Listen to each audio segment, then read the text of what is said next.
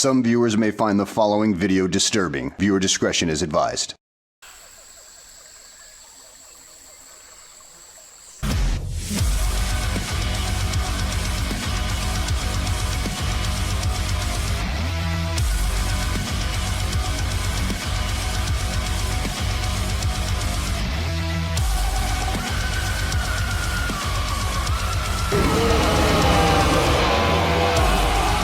What can be said about who I believe is the modern day Richard Williams, the genius that is Genndy Tartakovsky, a man who started off his career in Batman, the animated series, which I also believe was a primordial soup of greatness. Since then, it became one of the most renowned animated series of all time, mainly because it actually took itself seriously, but it wasn't afraid to have a fun, playful side, and Genndy took that to heart, like his first proper original series, Dexter's Lab. Yeah, we're gonna go fuck up your lab! His first outings with action cartoons like Samurai Jack or the underappreciated Symbionic Titan, or his directorial debut with the Hotel Transylvania trilogy. I don't say blah blah blah. But like I said, he's not afraid to push boundaries, and when he does, it's a sight to see, with works like his version of Clone Wars that was so good that it actually upset George since it surpassed his film work at the time. But during his time on Dexter, he made a small sketch of a caveman and had that idea on the back burner for years, and after the success of the final season of Samurai Jack, Adult Swim asked him to make another animated series, and this is where he went all out. This is Primal. Right off the bat, the series just jumps right into the world and showcases the brutality and viciousness we were as a species. No laws, no rules, no holds bar, just pure, raw, instinctual savagery. In the world, it doesn't matter if you're a newborn or elderly. If you can't fight back, you're dead. Plain and simple. Killing off Spear and Fang's family right in the first episode, and obviously this traumatic moment will forever haunt our protagonists. But that doesn't mean it's supposed to define them, as they both realize that even though they're different species and can stand their ground, at the end of the day, they're both vulnerable creatures. And though they both lost their families, that doesn't mean they can't find a new one. And from here on out, our protagonists go off into the wilderness and learn more about life and the world around them.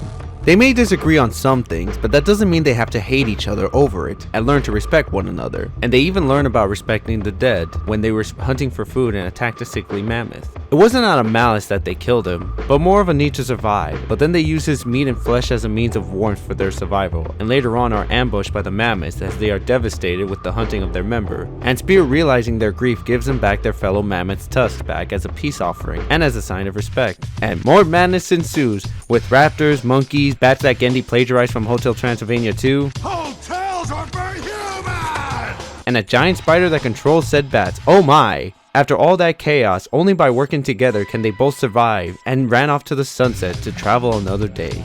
Similar to the storyline, the animation goes for a less is more kind of approach, having the emotions of the characters speak for themselves than having them say how they feel, making it much more universal and open to anyone of any nationality to want to sit down and witness the rawness of this episodic film. The reason I call it a film than a miniseries is because of how cinematic this feels. The colors have a cooler, natural look and feel to them. The dynamic camera angles they use despite it being a traditionally animated series, plus with the action scenes having such a brutal feel to it, and the like, it makes it feel like the closest we'll get to seeing an animated R-rated epic. One that may have not gotten a theatrical release, but it's almost on par if not surpasses that. But similar to these, there's also the audio and how masterfully it was handled for this, as not only do you get the oomph from the sounds, but the sound effects as well.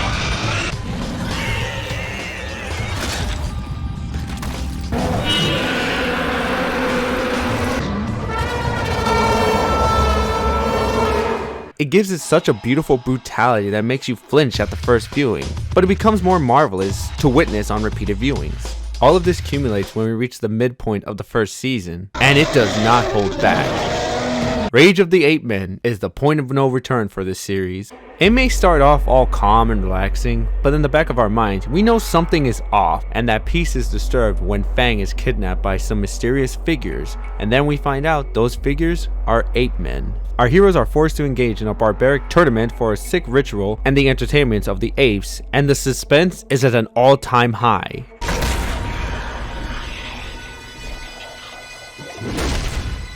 Witnessing his partner nearly at death's door, he does everything he can to save her and make sure that he's not trapped with them they're trapped with him.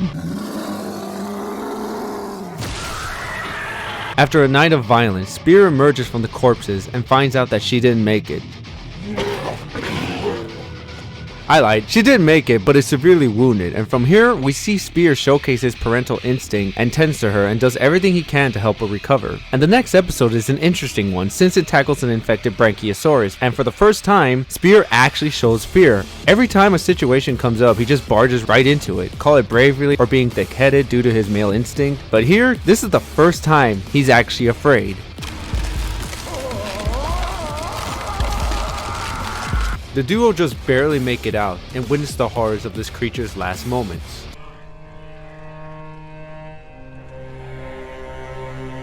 The episode after that goes for a more emotional beat as our warriors are facing up against a tribe of witches who are being manipulated by the Wicca matriarch, and one of them captures them and sacrifices Spear, but is fascinated by the bond they both have with one another, and so she goes back in time to observe what happened to them, and she forms a bond with them as she too also experienced a tragedy of her own.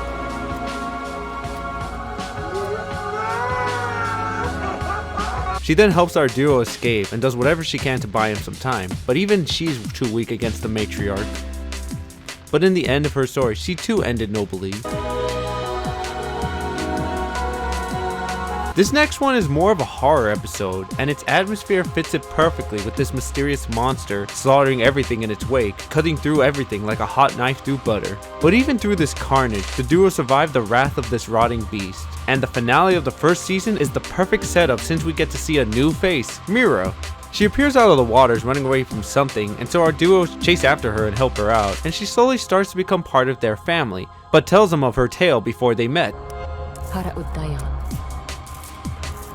نقلونا لمكان تاني ليبيعونا مقابل طعام وتجارة.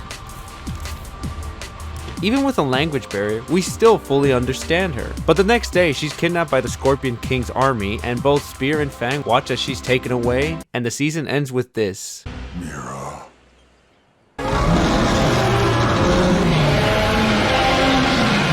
And with this, the series stakes get even higher and goes into turbo mode. How can there be something grander than the violent, repressed rage of a panicked Neanderthal? Well, since Spear gave 500 rocks to Mira, the chase is on to save their new family members, and without hesitation, Spear starts building a boat and they're off to the seas. Unfortunately, our favorite duo are separated, and from here we see their different perspectives. Spear is thrown into a new village and attacks him at first because he doesn't know them, but is slowly introduced to him. And on the other end of the coast, Fang finds a soulmate.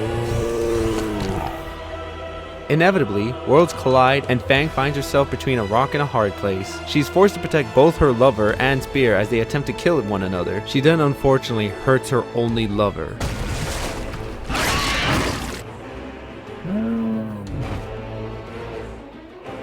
Our heroes then move on to their quest of finding Mira. Along the way, they end up in a cave where Spear reminisces on his history, but they're soon confronted by the Vikings, with Spear finding where Mira is, at the cost of the Viking village coming forth to attack, doing what they can to keep them in their place. Spear and Fang fight back, resulting in a massacre. The violence is not there just to be exploitative, but to showcase the brutality of the world.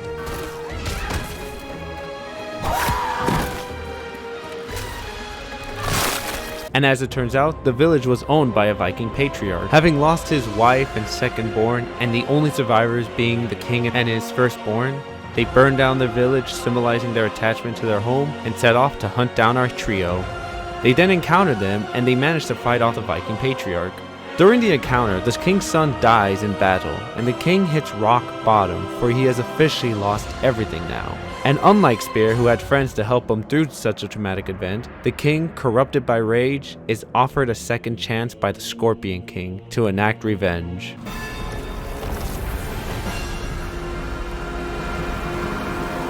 After a grim and tumultuous battle, Spear and Mira are greeted with good news. Fang is pregnant and lays eggs. They soon go out to sea to find greener pastures, but encounter an army and the Colossus. While the trio are busy fighting him, the matriarch steals Fang's eggs and uses them as leverage to separate and enslave our trio. Mira is then forced to be an exotic dancer for the matriarch, and both Spear and Fang are being used as warriors in order to pillage every nation. And they may repeat the animation, but it's masterfully done to showcase the repetitiveness their lives have become.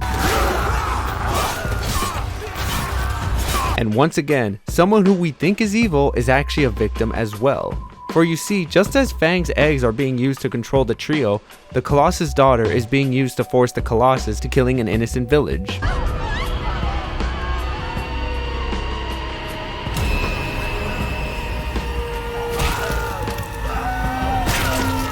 And of course, Spear and Fang don't like being used as tools, so they attempt to escape with Mira. The matriarch fights back and is a good fighter, but with Spear's strength and Mira's agility, they escape the matriarch and fight off her army. During all the commotions, the eggs hatch and Fang's motherly instincts kicks into overdrive.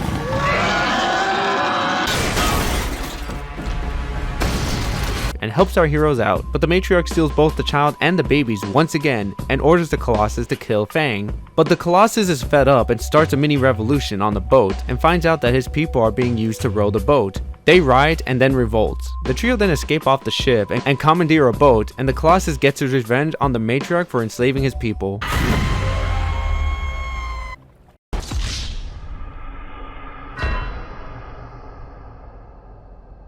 Our trio then ride off into the sunset, but not all is well.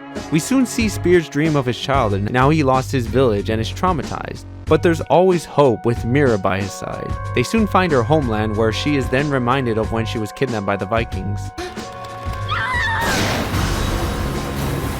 Fortunately, she is reunited with her tribe, but Spear and Fang aren't welcome there, so Mira attempts to invite them to their night rituals. Nevertheless, Spear and Fang can't help but feel like outcasts, and it's showcased with Spear's painting.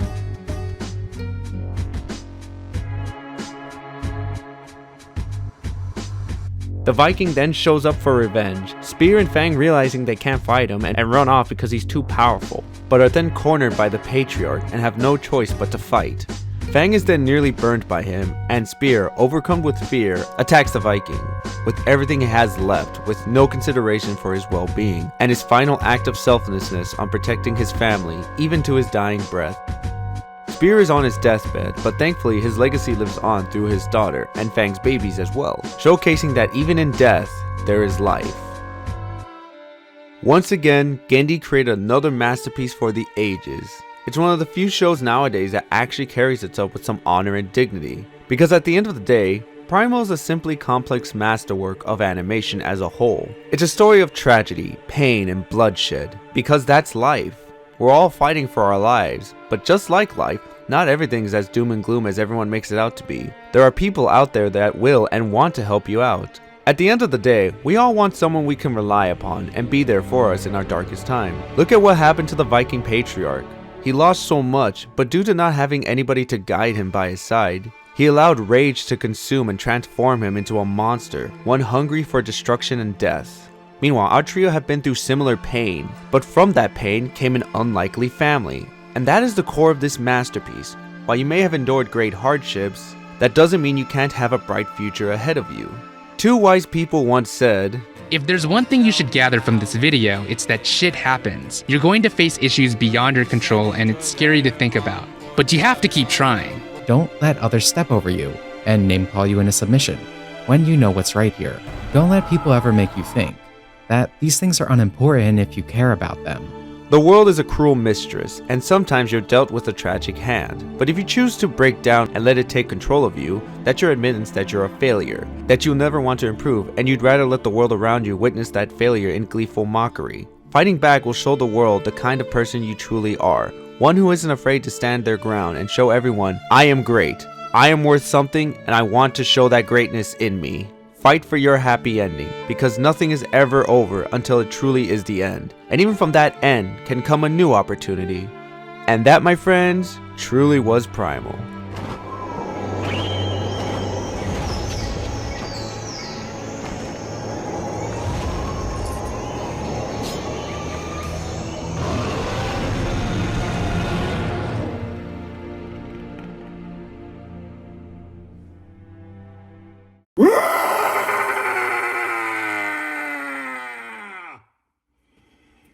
Okay.